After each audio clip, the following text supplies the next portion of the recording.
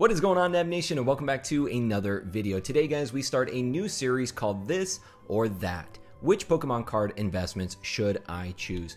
And the reason I wanted to start this series is because this is one of the most common questions that I get from members of the community. They're often faced with a dilemma of trying to choose between two products and or cards, and they're just not sure which one they should go with, maybe based upon financial circumstances or maybe based upon long-term investment value. So we're going to run through those here today, but before we jump into these questions from the community, make sure you show your support for the channel by giving me that double slap attack, one for that like button, one for that subscribe button, and go ahead and thunder punch that notification bell so that you don't miss a single video. And let's go ahead and jump into the top questions of the day. The first one comes to us from Goji Collectibles. I always had this difficulty when deciding on a rare slab or a sealed product. What would be your go-to in this situation? For this particular type of situation, I often refer back to the commandments, we'll call them, from SM Pratt: older, rare, minter, better. And that's what I use to compare these two products. So take a look at it, take a look at what the slab is, take a look at what the sealed product is, and try to mark off those tenets and try to find which one of those fulfills most of those requirements. Now, the one thing that I would add to this is that you guys have heard me say before that I often don't really like the rarer tenet that is used in here. I prefer to actually use exclusive rather than rare, and the reason being is just because a product and or card is rare doesn't necessarily make it sought after, whereas if a product or card is exclusive, you really get both those characteristics of being rare just from the fact of being exclusive, and also sought after because of the low supply that is inherently created with a particular product that is exclusive. So whenever you're trying to compare these two, and this is something that we're often confronted with, should I go with a graded card? Should I go with a sealed product? Try to compare all of those different tenets, and in my personal opinion, maybe transpose products that are more exclusive, and especially if you're looking at slabs or with sealed products that are of equivalent price point, then try to check off those various boxes and try to find the one that is more exclusive. Next up on our list, it comes to us from Hillen Darris. Take an aspect on the least hyped sets. Which of the current less wanted sets would be best to invest in, like Battle Styles versus Chilling Reign? Well, in this particular case, what I'm looking at in modern products, especially if you're looking at sealed, I care a lot less about necessarily the long-term investment potential of those, and I'm caring a lot more about my cost basis, my initial purchase price. That's one of the big reasons why I was recommending for so long, and still do, Battle Styles booster boxes, because of the low price point. That set, as you guys might know, is was a print to demand, meaning that all of the third-party resellers out there essentially got everything that they asked for in the quantities that they were asking for. And what happened was, once that second wave of Battle Styles came out, it really inundated the market with product which most people were not used to and most resellers were not expecting. And so that's why you saw the big drop in Battle Styles prices. And that's a great opportunity, in my opinion, to pick those up at a very low price point, probably the lowest that you'll see of any booster box out there. I think they're still going for under $90 for a booster box on many different resources. So that's a good opportunity to pick something up at a low cost basis. It would be equivalent to investing in a mutual fund. You can go out and you can invest in mutual funds that have a high cost basis, that have what we call BIPs, a high BIP, or you can go out and you can invest somewhere like Vanguard, where the cost basis is less than 1%. Very often it's like 0.08%, and ultimately over the long run, that's more money in your pocket. The appreciation on that can be much more significant when you're picking that up for a much lower price. So that's something that I would look at. Really try to focus more on what your cost basis is. All right, next up on our list, we have the Old Card Shop. Chilling Reign and Vivid Voltage are getting booster box restocks soon. While both are fantastic sets, I think they are very different thematically. Which do you think will hold more value long-term as a sealed case if you had to pick one to throw in the vault? The question comes down to this: Pikachu or alternative artworks? Well, I think it's a little more complex than that, and when we're looking at it, you're very correct in saying that they're different thematically. What I would be, the comparison that I would make would be between Vivid Voltage and Evolving Skies. To me, those are the two best sets from the Sword and Shield era. I would say even excluding the subsets like Champion's Path and Shining Fates, I think that overall Vivid Voltage and Evolving Skies are probably the two best sets from the Sword and Shield era. So if you're comparing the best sets thus far, then I would say look at Vivid Voltage, look at Evolving Skies, and if you're looking to pick up a sealed case, let's start to talk about the actual set list here. Now, Vivid Voltage, although very, very popular, really in that set you're chasing the Pikachu, which really holds its own in its own right. That particular card, very difficult to come by, from what I understand, still about 1 in 1,000 cards. So very difficult, and the price point is holding strong. But when we look at the overall set, and when we maybe take a look 5 years from now, I really think that Evolving Skies will probably trump Vivid Voltage based upon the alternate artworks, which you alluded to before.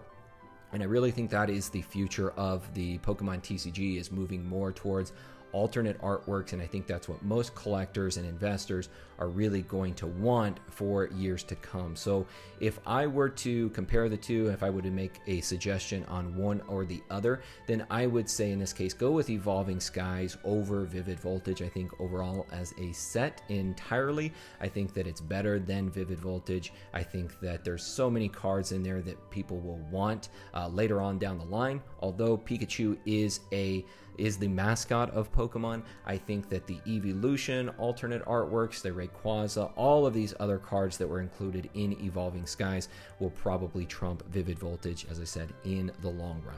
Mark Bennett is the next up. Do I avoid Evolving Skies and save my money for these Celebrations products, safe in the knowledge that Evolving Skies will have at least another 2 waves of printing, whereas Celebrations won't?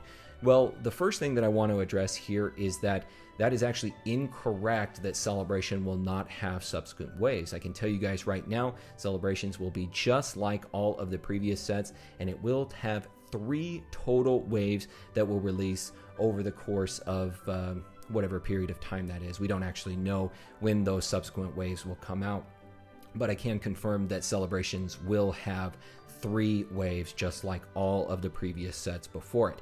Now, one thing that I would say with that, a caveat, is that it does look like Celebrations will be more allocated in those subsequent waves than with previous sets. So with something like Evolving Skies, Chilling Reign, Battle Styles, I guess Battle Styles not really a good example because it was print to demand, but those subsequent sets or those subsequent waves for previous sets, they weren't nearly as allocated, and everything that we've seen thus far, Celebrations will be much more allocated in those subsequent waves. However, it does appear that Celebrations will actually have perhaps the least allocated initial wave. So there'll be more products coming out in the beginning, but then less in those subsequent waves. So to answer your question here, really you have to look at, if you're trying to decide between the two from an investment standpoint, I would be looking at, how many are really out there right now? How many can you expect in subsequent waves?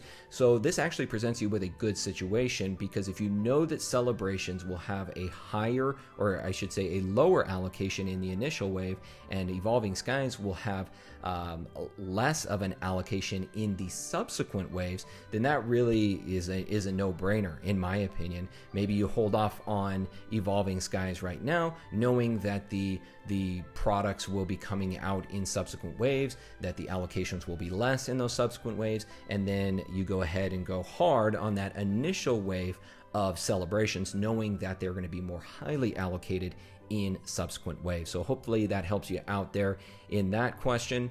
The next one comes to us from Nick Reichbost, and he asks, Japanese V Union boxes versus English Evolving Skies tins. So this is often a question that we get about Japanese products versus English products, especially the equivalents of the Japanese products. And I would say in this case, we haven't gotten any kind of confirmation that the Japanese V Union boxes are going to have an English equivalent. We will have a V Union box in Celebrations, but not the same ones that we're getting in Japan. And as I discussed earlier, really I try to focus on exclusivity, and there are a lot of Japanese products out there that are specifically exclusive to Japan that do not get released in the rest of the world.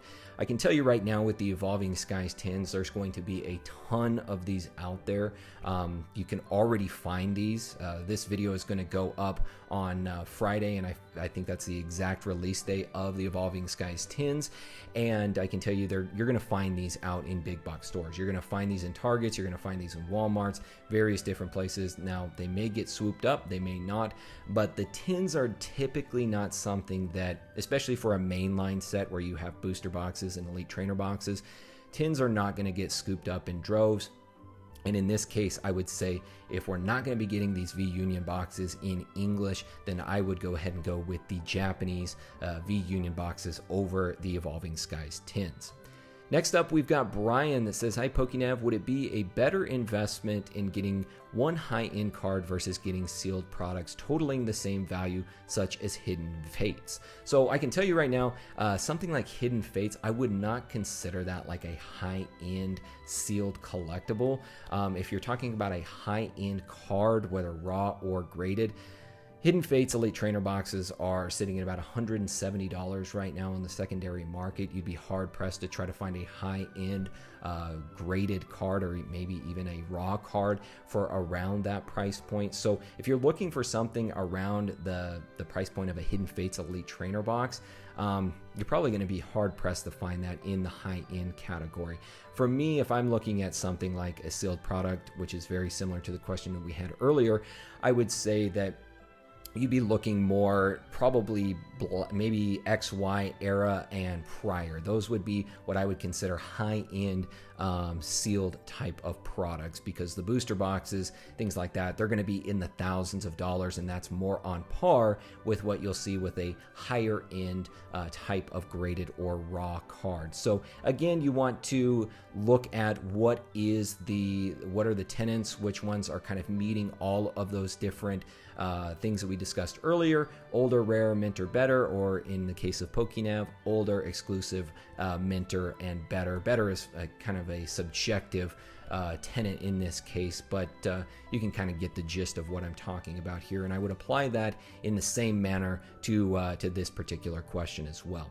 Next up, we got our boy PokéDog, and he says, a case of Vivid Voltage versus a Team Up booster box. So these are about on par with each other. I think a Team Up booster box is now going for around $700. Case of Vivid Voltage, probably around $850.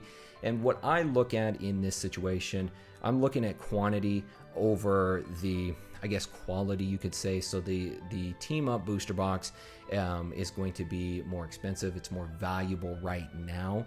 But comparing those two, if they're really on par with each other, the Vivid Voltage case is what I would be looking at, and that's really for two reasons. One, as that appreciates over time, you've now got more products in your hand that you can then try to resell on the secondary market, rather than just putting all of your eggs in one basket, betting on one particular booster box.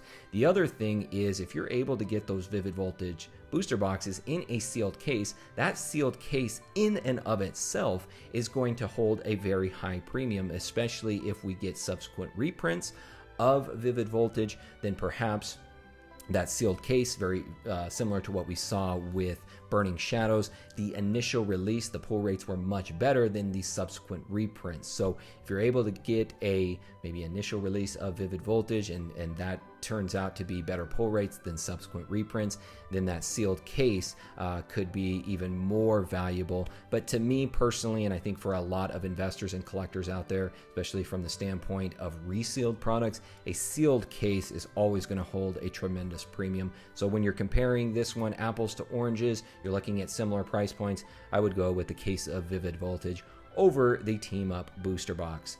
And PokéGarage is next up on our list. He asked ETBs or booster boxes. And this is a question that I didn't think was really ever going to come about. A few years ago, I didn't think this was ever going to come about, considering the fact that a booster box has 36 packs, whereas a regular ETB has 8 packs, maybe 10 packs in there.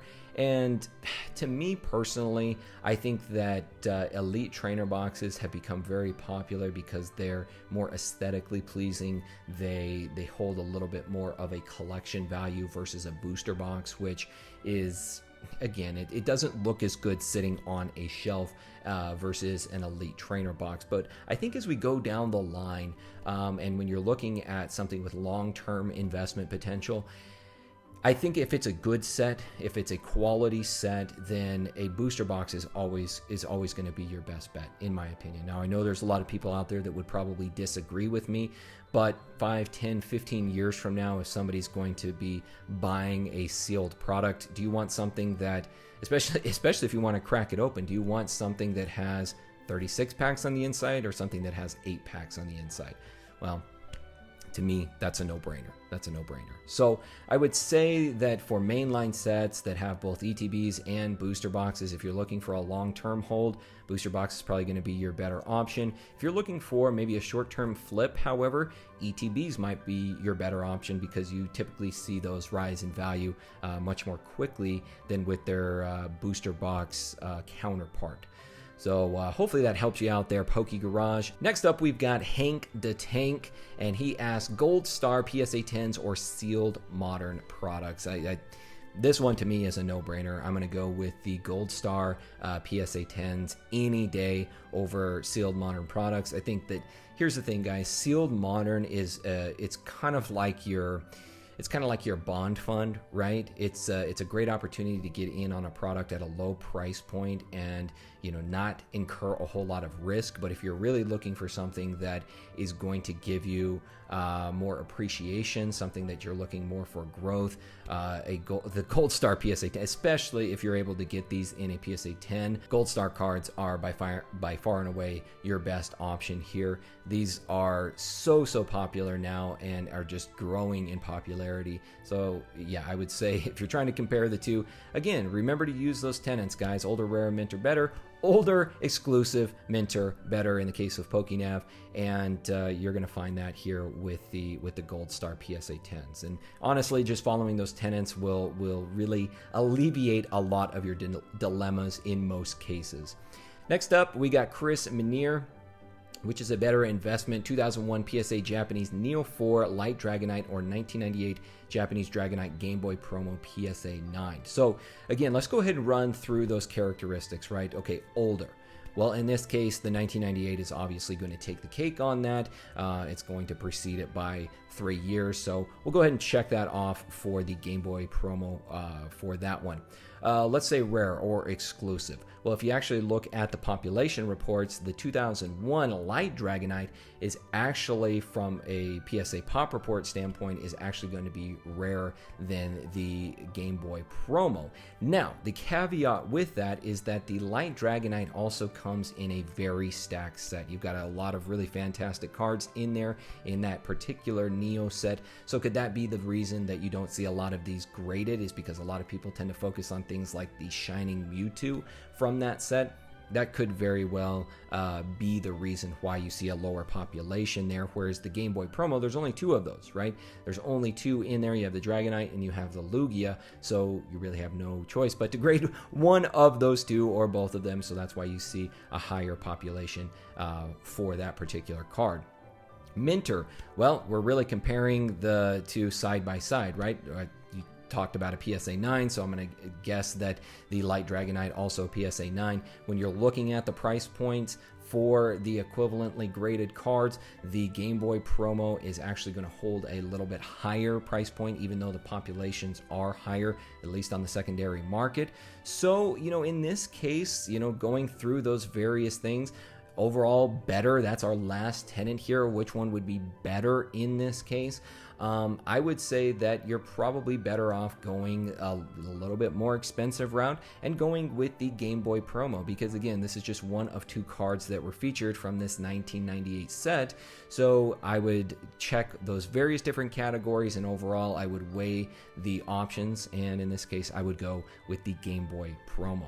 All right, and then last but not least here, our final question of the day comes from Ashmeet Kohli, and he asked Japanese promo versus English promo. So the one thing that you have to focus on here is, does the Japanese promo have an English equivalent? In that case, go with the English equivalent. It's almost always going to hold a higher value than the Japanese counterpart. Now, if it does not, and maybe you're looking at two different promos here, maybe you have equivalent value, which one's going to hold more value long term? In that case, I would actually go with the Japanese promo, something like that Espeon VMAX that was released in the Evolutions box for Eevee Heroes. We did not get the equivalent of that in an English set, and in that case, if you're trying to compare the two, that's something that I would be looking at, because to me, that checks off that box of exclusivity. It's going to be rare, it's going to be sought after, because we don't get that anywhere else. And that's the big thing that you really want to look at with Japanese promos versus English promos is,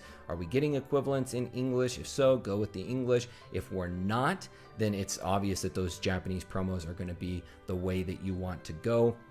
And if you're comparing two promo cards of equal value and you're thinking which one has the greater long-term investment potential, then I would say look at things like the population report, older, rare, mint, or better, and that's really going to help you out. So again, that's really going to be the nexus of our conversation here today. And again, that's going to help you guys out a lot in various different investment decisions, is going through those tenets and trying to weigh those dilemmas of, hey, which one should I go with? So guys, I think that's going to do it for today. I hope you enjoyed this new series, This or That. Hopefully it answers some of the questions that you have, and also gives you some strategies and tactics to try to get through the various dilemmas that you have in your collecting or your investing journey. Other than that, guys, I will see you all next time. My name is PokéNav. I'm here to help you navigate the world of Pokemon one video at a time, and I will see you all in the next video.